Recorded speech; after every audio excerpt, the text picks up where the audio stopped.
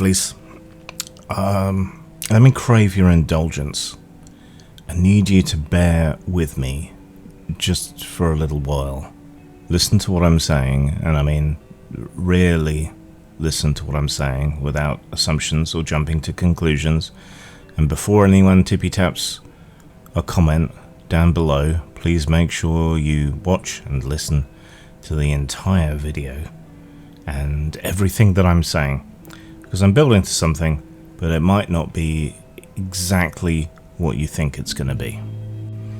This is one Mr. Michael Mouse, owned entirely by the Disney Corporation, though his earliest iterations have hypothetically entered the public domain. That's all being poked at in court around now, I would suspect. Now, this is unambiguously the property of the Disney Corporation, apart from that small wrinkle which I've just pointed out, and they are notoriously litigious in protecting their intellectual property.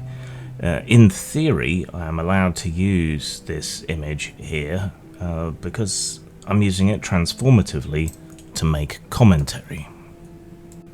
This is Mr. Daffy Duck, wholly owned property of Disney rival, at least in the animation space, Warner Brothers. A distinct character, again unambiguously the property of someone else, and used here by kind permission of fair use laws in the United States. With me so far. This, on the other hand, is a man-made horror beyond comprehension. A synthesis, a collage of the previous two elements, which I put together in 5 minutes over my breakfast drugs. Now, this might get challenged in court, but legally and artistically, this is considered to be a collage, and therefore a new and transformative work. I could have used a different example to make my point, but that stopped being funny when it turned into elder abuse. Here we see Warhol's famous Campbell's Soup picture and his prints of Marilyn Monroe. He did not have permission from the Campbell's Soup Company, nor Marilyn Monroe's estate or publicist or anything to use these images, but he did anyway, and arguably they are transformed. Warhol also set himself up in his studio, which he called the factory, and which he turned into a factory of sorts, employing a whole bunch of people to essentially do a lot of his work for him, which was in itself a sort of meta commentary on capitalism and factories and the way in which all of this stuff worked. Now, over the years, quite unambiguously, this has been considered to be okay to have done. It is not really considered to be an infringement on their copyright, and it's considered to be distinctive of Warhol, and the way in which he worked has come to be accepted. Yeah, I might be an art school dropout who deliberately avoided art history for the practical side, but I cannot help but have absorbed these things about this kind of work. This is Wham! With 2 A's by Roy Lichtenstein.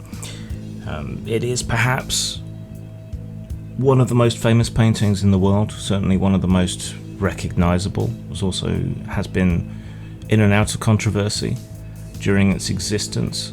It is almost entirely derived, and you can see it, from the work of Irv Novick, a comic book artist from the 1960s. Though elements may have been taken from other comic book artists working in the same period, Lichtenstein has essentially copied it and blown it up. Critics tend to say monumentalized it. And in doing so, he has meticulously copied a mechanical process as well as the elements of the picture itself. That mechanical process being the dots. If you were to zoom in on this, or stand close to the real thing in a gallery, which I've been fortunate enough to do, you can see that he has extremely meticulously copied the way in which dots are used to simulate shade and colour to various degrees. This is a process called Bende dots. Similar thing is halftones, which you will know if you're remotely interested in publishing.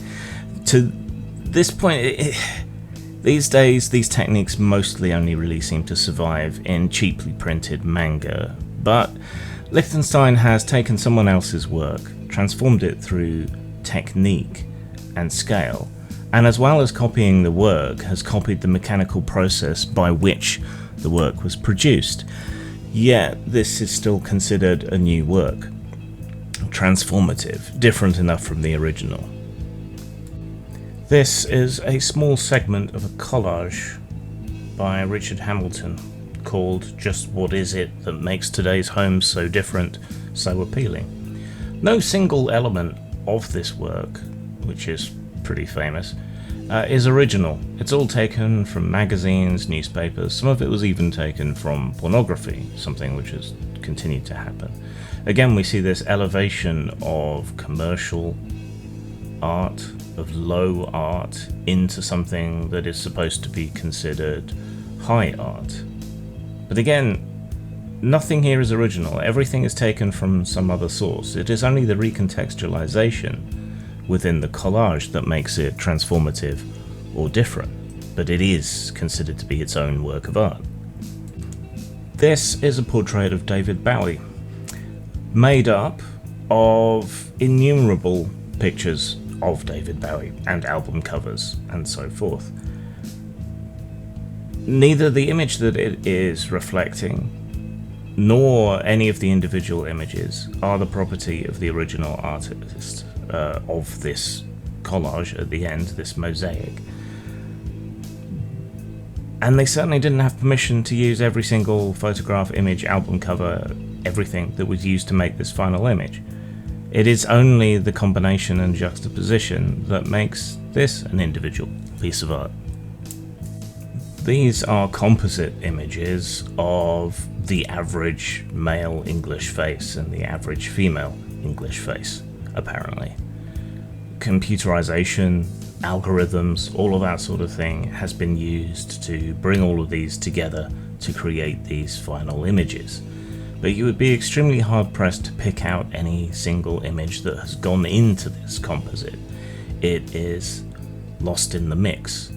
What you're seeing is the signal that carries through, the strongest features, the ones that fit the algorithms that ran through the innumerable other portrait images that went into making this up. I promise I'm almost to the point here, but this is pixel art of a little blushing ramen bowl with chopsticks and food in it, right? There's only a limited number of potential combinations you can put together on a grid of pixels like this. In that way, it's quite similar to mosaics, in a way. Well, what if I told you each and every pixel on this image was taken from a different image? What if the greens were from the Hulk? Would that change anything about the originality or difference or individual ownership of this particular image? I don't think it would really, would it? I've been a creative director. I've been an art director. I have commissioned art for my own projects over the years. And when I commission art, I have a vision of what it is that I want the artist to create. And I ask the artist to create that. I oversee the effort, and hopefully they draw what I tell them to, and it is at least a close enough approximation to what I wanted that I can use it. Now, I would argue that in so doing, I am having a creative participation in the process. I come up with the idea, I commission the idea, I approve the sketches, I issue corrections. I am a participant, a human participant in that creative process that is ongoing. Right? Children, to a large extent, learn by copying. I remember as a kid trying to copy panels out of my 2000 AD comics, or the way a zombie's claw was drawn in Fighting Fantasy. At school, we were taken to museums to examine particular kinds of works of art, and then we were brought back and to try and imitate that style or that particular artist. Same thing happened in college. This is how people have learned to do art, to draw forms. They've learned tricks and shortcuts and ways of doing things and styles and movements and so on for a very, very long time. In fact, Marvel kind of incorporated this idea of having a house style that everyone would copy to one extent or another, to great success. It certainly doesn't seem to have harmed their creativity over the years, well, until recently. Which brings us to the boogeyman of the hour, which you've probably anticipated was coming, in AI, and AI art in particular.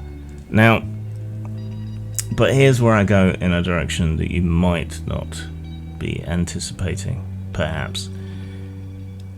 I give all these previous examples because these are all aspects of the way in which AI art is produced. Metaphorically, of course, not exactly on a one-for-one basis, but what AI produces can be likened to a collage. The way in which it learns can be likened to the way in which children learn, and which most artists learn, that is, imitation and pastiche to start with, before making their own thing. We can argue that the prompter is a human element in the creation of what is produced. I don't necessarily agree with all of these elements 100%, but I am concerned. My horrific Daffy Duck Mickey Mouse combination probably wouldn't pass muster if it ever came to a court case and I tried to pass it off as an original creation, but it kind of it illustrates the point, and I think it also illustrates the point of the perils of granting too much power to IP rights holders, in this case giant corporations, but I think it can be applied elsewhere. The way in which people are lashing back at AI is understandable, and I have sympathy, even though I see positive use cases for AI in helping disabled and neurodivergent people continue to work, for example. But there are dangers here, and the people lashing back are not able to present me with arguments that would preserve the integrity and the right of people to produce works of art, either of a similar type or in a similar way to the way in which Warhol or Lichtenstein or Hamilton or a whole bunch of other people have produced their work. If every element of art going into someone's piece is up for challenge and must be compensated for, then how is any artist who has ever been influenced by any other artist supposed to make a living, or to be able to produce any art in any practical sense? The costs would be prohibitive to the artist, let alone the commissioner. What line can we draw that allows collage but disallows AI? If some sort of algorithmic gravity is determined between a whole bunch of images to produce a final image that looks nothing like any of the original images, how are we supposed to determine that? How are we supposed to detect that? And again, how do we preserve the rights of the people making mosaics or collages in such a situation? These are the questions that worry me, and it's not that I'm trying to carry water for big tech companies, it's other artists that I'm worried about. An unthinking backlash that doesn't make a meaningful distinction, that isn't capable of making a meaningful distinction, is just going to cause even more problems down the road, and more problems for human artists. And there is a human element in AI art, not just in the sources that it draws from or is inspired by, but in the prompter Now, I'm not going to say the prompter is anything like as important or as talented as the artist, any more than I think my role as an art director or a commissioner makes me as talented or creative as the artist, but it does mean there is a creative human element in the prompt, in the selection, the development, the refinement of whatever is output. And these are questions that need to be answered before we can come to any sort of equilibrium when it comes to AI art. And I know I end up revisiting this topic a lot, but that's because it keeps developing, it keeps changing. AI video is now much more within everyone's grasp, and it's only a matter of time, and probably faster than we think. But at the same time, this particular leap in AI technology, it seems to be rapidly hitting a wall of new problems and issues that need to be resolved, and which may take another 20, 30 years to crack, but probably not. I think we need to keep these things in mind. I think people need to think more deeply on all of this and not to react in a knee-jerk fashion.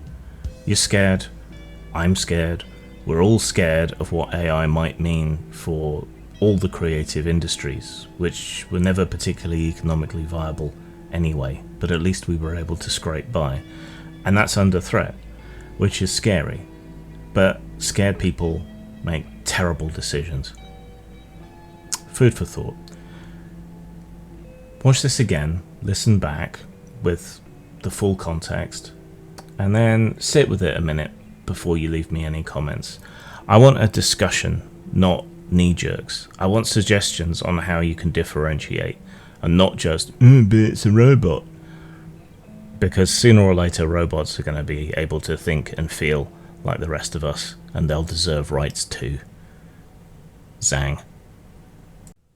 Imagination is a deeply personal game about depression and its effects, intended to help people with invisible illnesses to broach the subject and explore it in a way in which they can have power over it. Imagination is set after the fall of mainland Britain to a strange reality breakdown. The barriers between imagination and reality, dreams and nightmares, have shattered, and strange things dreamed up by people caught in the event teem across the land. Only those whose minds are already broken can hope to cope with exploring, understanding, and combating this strangeness for the sake of the huddled refugees that sit and wait and watch from the smaller islands around the coast. A game of mental illness and art using the description system as used in Neverwhere. This game is available free, so please promote, download, host and spread as far and wide as you can. Available at post-mort.com and drive-through RPG.